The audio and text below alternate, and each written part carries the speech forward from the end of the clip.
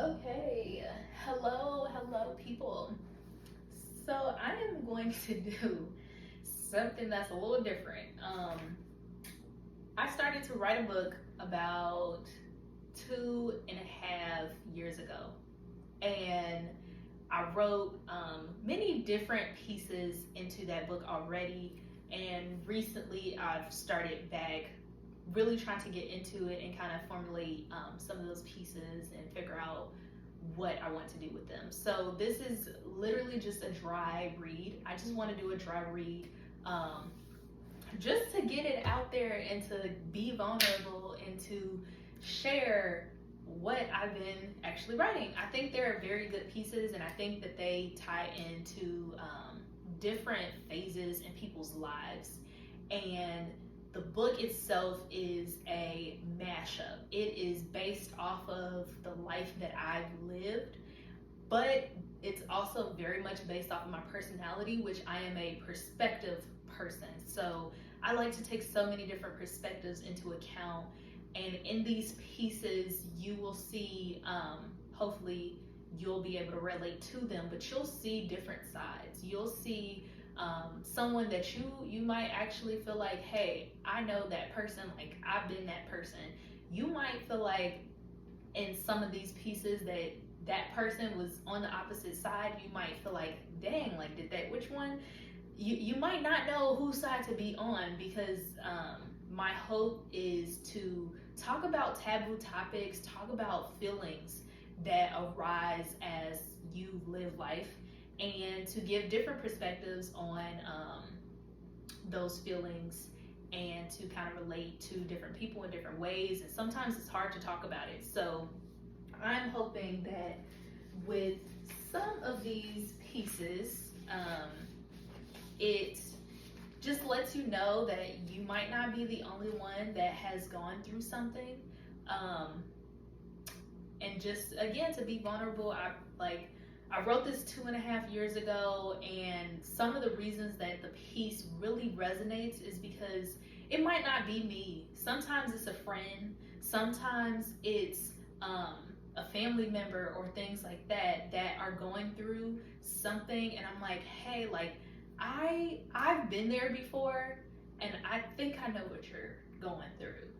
And for me at least, it's hard for me to put myself onto a support system. So being able to write down this situation and kind of create this scene, it, to me at least, it helped that process. It helped me heal, and it helped me understand who I was as that person, and it also led me to pull in other experiences and to talk about different things that maybe my friends went through or my family have went through that I know about, and also add those experiences into my book. So without further ado, I am going to go ahead and give you just a little bit of the piece. Okay.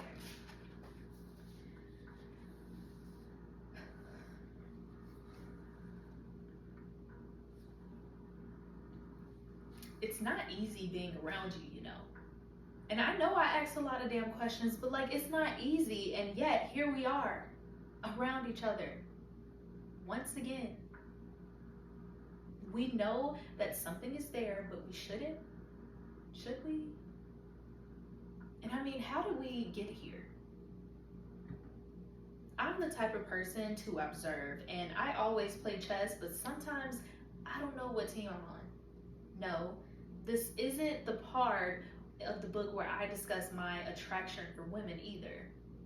This is the part of the book where I discuss my addiction towards taboo temptations, the we're not supposed to, but oops, we did, and oh my God, it was perfect until it wasn't.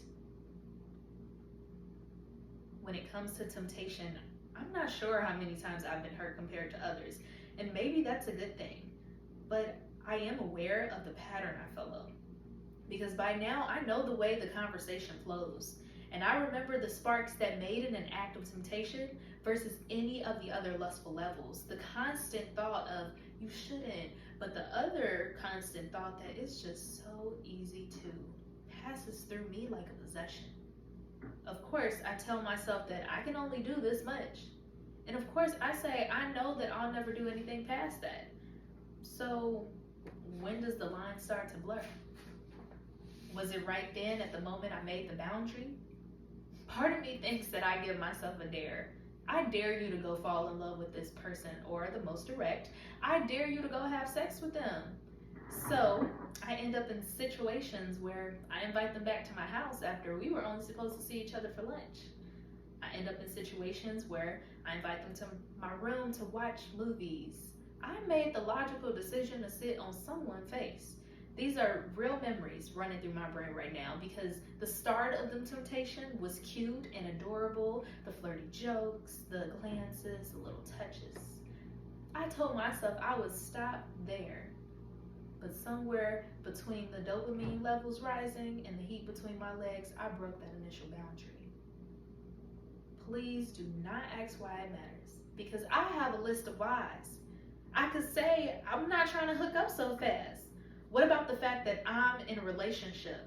We're not supposed to do that anymore because we work together, because you used to date my friend, because we're supposed to just be friends, because you have a girlfriend. It's so many reasons why it should matter. If you're into following the status quo, and yet here I am, losing every ounce of control about being with you. Here's the line, and here I am, knowingly crossing the line, the joke. Stated so matter-of-factly, yet it was dipped in a dare, a promise. Depending on your response, a question, could I? And the moment you say yes, the further you take that joke, the more power that I have of pushing the line of should I? Temptation. And that was the read from Tension. Again, thank you so much for listening in, especially if you made it this far. And if you have any suggestions, comments, whatever, let me know. Hopefully I'll continue to post, but I do want to kind of get back into it, and I want to digest it and read up into the my readings for the past 2 years. So thank you again.